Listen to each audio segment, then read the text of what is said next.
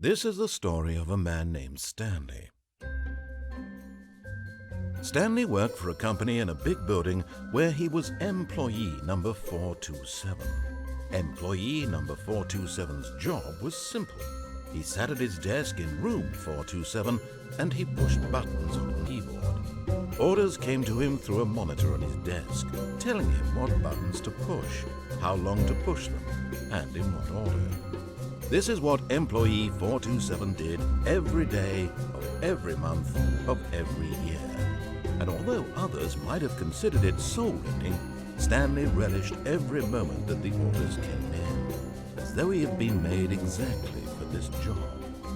And Stanley was happy. And then one day, something very peculiar happened.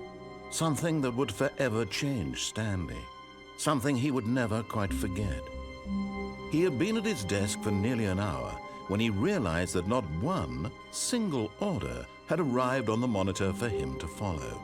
No one had showed up to give him instructions, call a meeting, or even say hi.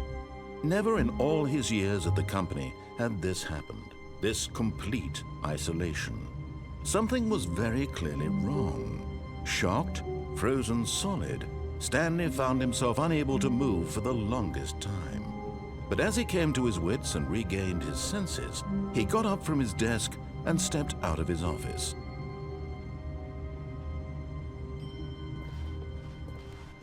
All of his co-workers were gone. What could it mean? Stanley decided to go to the meeting room. Perhaps he had simply missed a memo.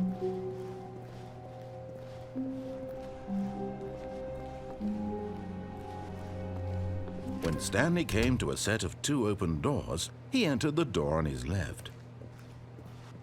This was not the correct way to the meeting room, and Stanley knew it perfectly well.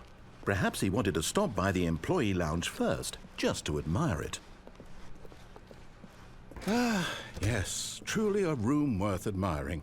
It had really been worth the detour after all, just to spend a few moments here in this immaculate, beautifully constructed room.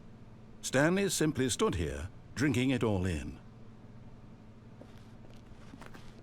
But eager to get back to business, Stanley took the first open door on his left.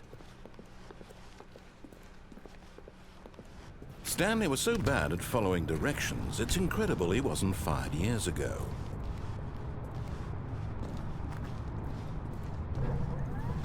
Oh, well, look who's got cold feet. Sorry to break it to you, Stanley, but that lift isn't coming back. You'd best either get comfortable right here on this platform or test your luck by jumping to the floor below. You know what? Looking at it now, it's not that far to the bottom floor. I bet you can make it.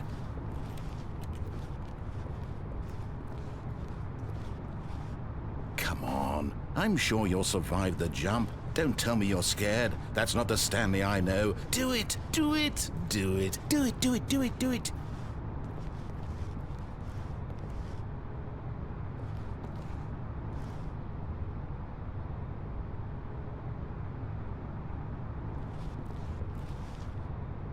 Whoops, looks like I was wrong. How clumsy of me.